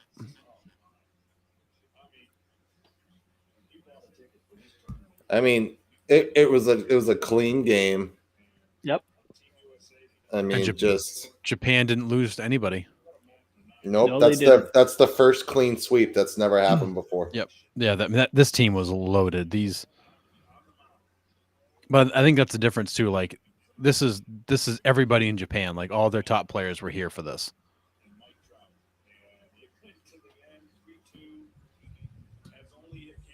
You know, it makes it easier to swallow when you like the other. Like I have nothing against the Japanese players. Like they're fun to watch. They're good. They're talented. The best player on the team is a guy that I really enjoy watching and I like. So it's like it sucks that the U.S. lost, but it was a great game. I mean, it was a great game and a great tournament. They had guys on, especially late in the game. I mean, double play in the 7th, double play in the 9th. Tough to win when you're doing that. Yep. Yeah, they left a bunch of runners. I mean, honestly, like I have watched a ton of baseball in my life, and I've never been so captivated in a week and a half. Honestly, like I couldn't wait to come home from work and watch both games at 7 and 10. Yeah, I didn't make it all the way through the 10 o'clock games every night, but like I was completely watching every second of this. Like it was an amazing tournament. They did a good job, and it's only going to become more popular. I think we're going to see more stars, at least on the fielding side, come out. I hope, and I hope the pitching side. The pitching side. Absolutely. I'm not holding my breath, but I sure hope. Yeah. But not only like when Mike Trout just saying that, he said that we were like he was already locked in for 2026. Did you see the interview that he said that? No. So it was before the game. He was like on the panel, and he had said like I'm already in for 2026. He goes, me and all the boys. We talked about in the clubhouse. It's like, so this team, this US like lineup team, ain't gonna change much. Gonna change much. Right. Yeah, just you might have a couple injuries here and there, but that's it. And you could possibly gain Bryce Harper. You could gain. I mean, goodness, yeah. But yeah, I mean, this tournament was awesome to watch. I mean, it was. It was great. It was great for baseball too. Ratings slider to end it's nasty. And Trout was right on it. I mean, he could not time him up, but he was on him. Yeah. My God. But it's another feather there in Ohtani's cap. I mean, he's so good. He really is. Yeah. Oh my God. And we can, again, I think Merrill Kelly was tough, and I think the hard thing is, he didn't even get 2 innings, so it became a bullpen game, which you kind of knew it would, but you would hope he would give you a couple more. However, every pitcher that the United States used, Ohtani didn't hurt you. Like Ohtani was like you didn't give up the big bomb to Ohtani. You didn't give up the big bomb to Yoshida. You gave up the one to the guy that hit the last night. In the second inning, you gave up the home run to him. Murakami. But Shohei Ohtani. You certainly did enough pitching wise to win, and you left guys on. Offense couldn't come through. Yeah. Yeah, I mean, you knew Merrill Kelly being your starter was not ideal. Right. And really, you go down who they used. It was Kelly, it was Loop, it was Freeland, Adam, Bednar, Williams. The average baseball fan couldn't have told you who any of those guys are. Right. Yeah. I mean, really.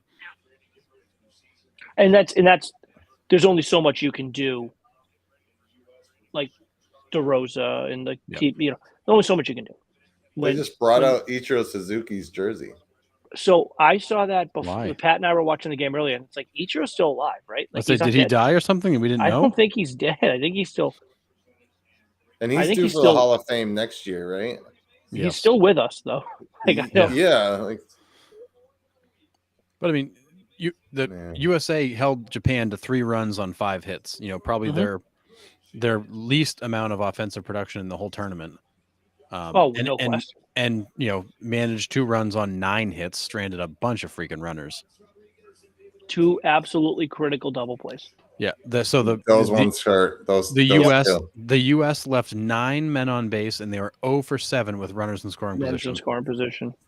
It's hard to win when you're doing that. Yeah, Turner was 0 for 1, Schwarber 0 for 1, Arenado 0 for 1, Goldschmidt 0 for 2, Betts 0 for 1, Trout 0 for 1. But when you're 0 for 7 with runners in scoring position and leave 9 guys on base, you're just not going to win. Tough to win. You can't. No. And I mean, the home runs you gave up were both solo shots. Yep. Like solo shots aren't going to hurt you. In Japan, Japan left 8 guys on base, and they were 0 for 5 with runners in scoring position. So neither team converted. Right. And you hit your solo shots. Right. Exactly. You hit 2, they hit 2. I mean, it was that was it. It was you lost on a manufactured run. They did something you couldn't do. Yeah, you lost on a Merrill Kelly bad second inning. Yep. That's what you lost on. But whatever. All right, boys. Well, that was a lot of fun, guys. Sure we will be back on Monday night at 8. I'm sure to maybe recap this a little bit more, finish our AL East preview, and all of that stuff. So we will see y'all on Monday. Have a good night. See ya.